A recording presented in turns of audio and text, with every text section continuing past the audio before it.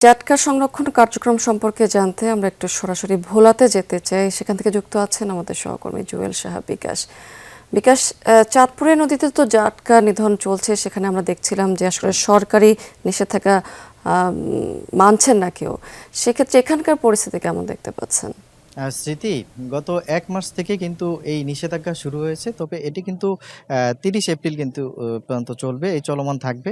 তবে চাঁদপুরের মতো ঠিক ভোলারও কিন্তু একই অবস্থা। আমরা যে মেঘনার পাড়ে রয়েছি, যদি আমরা দেখি যে এখানেও কিন্তু কিছু জেলে কিন্তু অবাধে কিন্তু জাটকা নিধন করছেন। তবে প্রশাসনের মৎস্য বিভাগের কিন্তু কোনো অভিযান কিন্তু আমরা এখন পর্যন্ত এই নদীর পাড়ে কিন্তু দেখতে পাইনি যে মেঘনা নদীতে কোনো মৎস্য বিভাগের কোনো টিম এখানে কিন্তু টহল কিংবা তারা অভিযান পরিচালনা করছেন এমন কিন্তু চিত্র কিন্তু আমরা এখানে কিন্তু দেখতে পাইনি।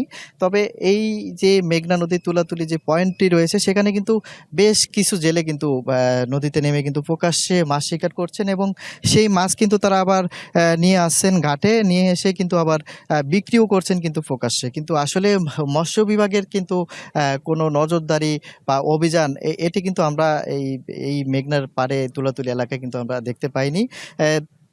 তবে ভোলার যেই প্রায় ৩ লাখের মতো জেলে রয়েছে, যারা এই নিষেধাজ্ঞাকালীন সময় কিন্তু বেকার সময় পার করেছেন এবং তাদের মধ্যে কিন্তু নিবন্ধিত প্রায় ১,৬০,০০০-এর অধিক কিন্তু জেলে রয়েছে, যাদের সরকারিভাবে নিবন্ধন ছিল এবং তাদের মধ্যে কিন্তু বেশ কয়েক হাজার জেলেকে, প্রায় ৯০,০০০-এর মতো জেলেকে কিন্তু সরকারিভাবে কিন্তু চাল বরাদ্দ বিতরণ করার কথা ছিল। কিন্তু এখন পর্যন্ত ভোলার যে ৭০টির অধিক যে ইউনিয়ন রয়েছে, সেগুলোতে কিন্তু এখনো কার্যক্রম কিন্তু এখনো শেষ হয়নি। যার কারণে আমরা যারা মাছ শিকার করে সেই সব জেলেদের সাথে কিন্তু কথা বলেছি। তারা কিন্তু একটাই দাবি জানিয়েছেন যে আসলে তাদের চাল ঠিক মতন পায়নি, তারা এখনো চাল পায়নি অনেক জেলে, এবং তাদের যেই এনজিওর কিস্তি সেটি কিন্তু বন্ধ হয়নি। যার কারণে তারা বেশিরভাগ জেলেই কিন্তু অভিযোগ করছেন যে এনজিওর কিস্তি বন্ধ না থাকার কারণে তারা কিন্তু বাধ্য হয়ে এই মূলত মাছ শিকারে নেমেছেন এবং তারা এই মাছ বিক্রি করে কিন্তু মূলত